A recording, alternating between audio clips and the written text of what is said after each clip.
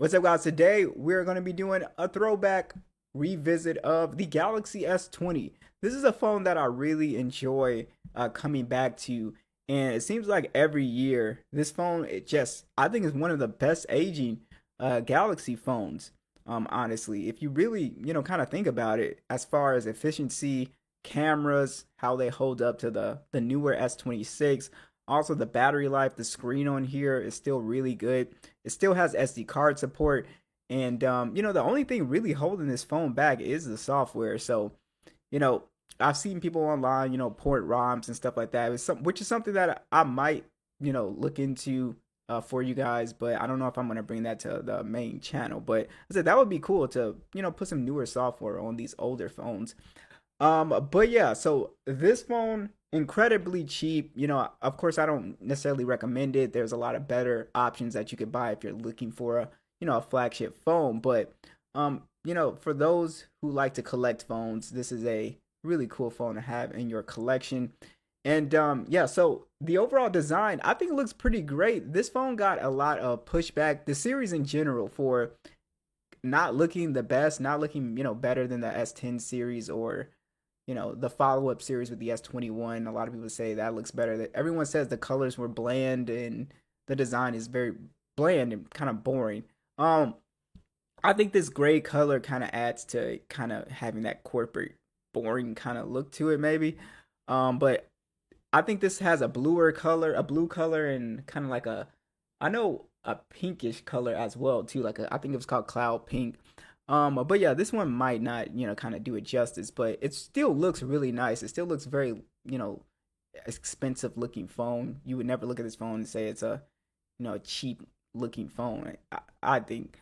So yeah, so this is when Samsung removed the headphone jack. It's incredibly like thin feeling and really light feeling. Honestly, it feels kind of like one of those phones without like one of those dummy units. And on paper it's 163 grams, so it's a pretty light phone. And yeah, so overall I do really like the design. IP68, it does have a, again, SD card support, which is missing from a lot of phones. Using the screen or using this phone today, these colors and the screen quality is so good, guys. I think it looks better than an S26, honestly.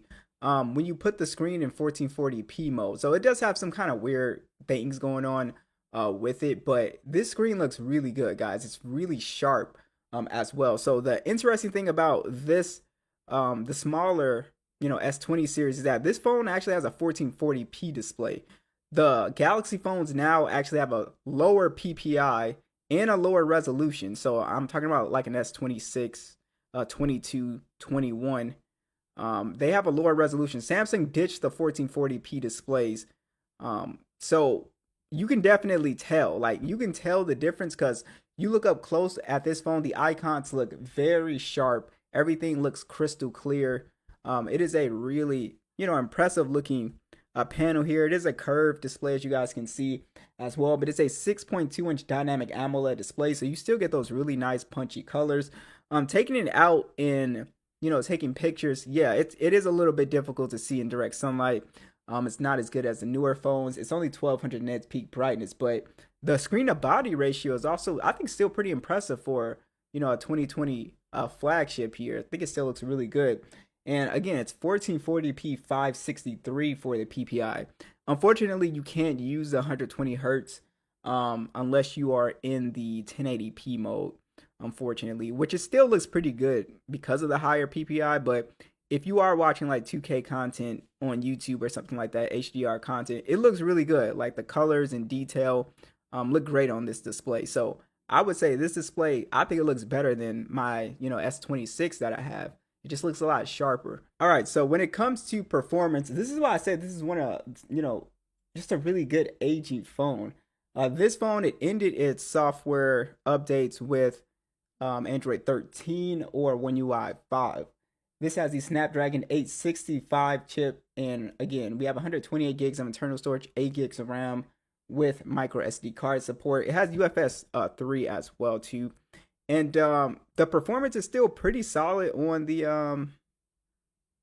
865. This chipset one does a really good job with battery life and standby time still to this day, even with the battery degrade that I have with these S20 phones, they still like do a really good job. Like I said, these phones, if you put like new software on it, I still would prefer this over like a newer A series phone. I'm talking about like the A30 series, even like the I would prefer this over A50 series, but like with new software, if you like ported a ROM to it. But yeah, it just performs really well. I think it's a lot smoother as well than even Samsung's newer mid-range phones here. So getting into applications, it can play PUBG at 90 frames, which I don't know if this necessarily feels like 90 frames these days. It feels a little bit under 90 frames. I don't think it's quite 90 frames though. Um, but yeah, so let me make sure my 120 hertz is on. Yeah, it's on. Yeah, it just that PUBG it just doesn't quite feel like 90 frames these days.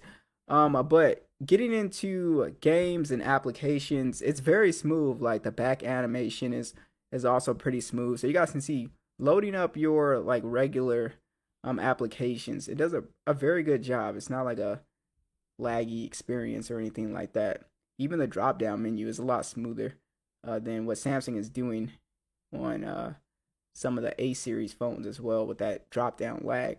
But yeah, it's pretty smooth, guys, as you guys can see here. Check out the speaker quality at max volume. I'll put it closer to the mic.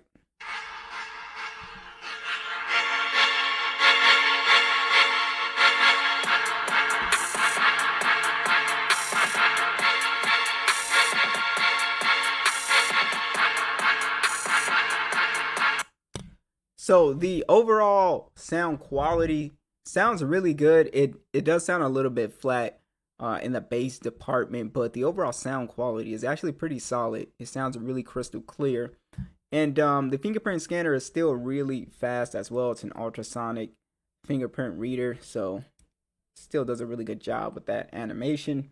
And as far as the software, One UI 5 really doesn't feel that outdated. Honestly, it's just the you know we have a slight kind of visual updates in One UI 5, but or One UI 9. We're on 9 actually now, but yeah, it doesn't feel like really too outdated, surprisingly.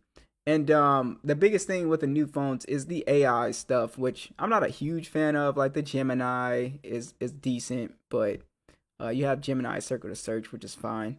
Which you could technically just side load those on here.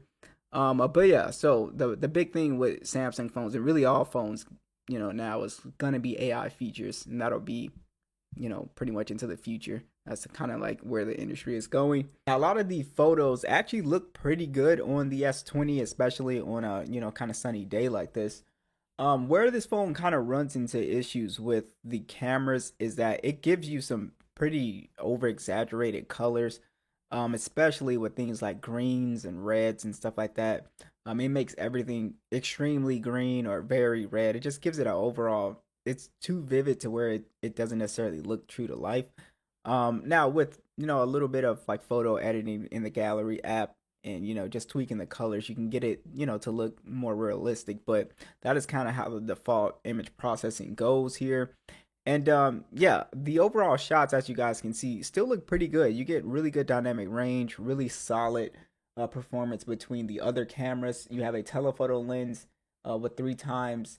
That's actually a hybrid zoom. It's actually a 1.1 optical zoom technically, but it does go up to 30 times zoom. We also have a 12 megapixel standard and ultra wide camera as well. That's 12 megapixels. You can actually still shoot up to 8K 24.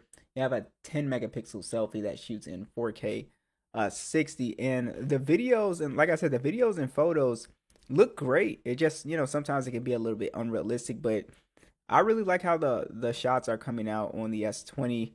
Of course, in low light photography, it does kind of fall apart a little bit, for sure. It just doesn't look as great, very soft, very grainy kind of footage here. But overall, guys, the performance here is pretty solid. Like I said, the biggest drawback from this camera is really how it handles colors, and some colors like a purple or pink. It just kind of will, I don't know, it just doesn't look right. looks just over exaggerated. Lastly, the battery life in the S20 is really good still. It's a 4,000 milliamp hour battery. It does charge, kind of slow these days, I guess, at 25 watts. And it does have wireless and reverse wireless charging on board as well. The battery life, like I said, because of the 865 chipset, is pretty solid. It's not a horrible performing phone when it comes to battery life, even with this locked, or even with this version of the S20 with battery degrade, because I got this off eBay for like $100. So it was in really good condition, but I'm assuming, I know for a fact that this most likely has some battery degrade, but still performs really well. So I feel like I could easily get a 6 hours of screen on time out of this phone. But that is gonna be pretty much it. Like I said, 2020 flagship. It looks great, awesome performance. What do you guys think?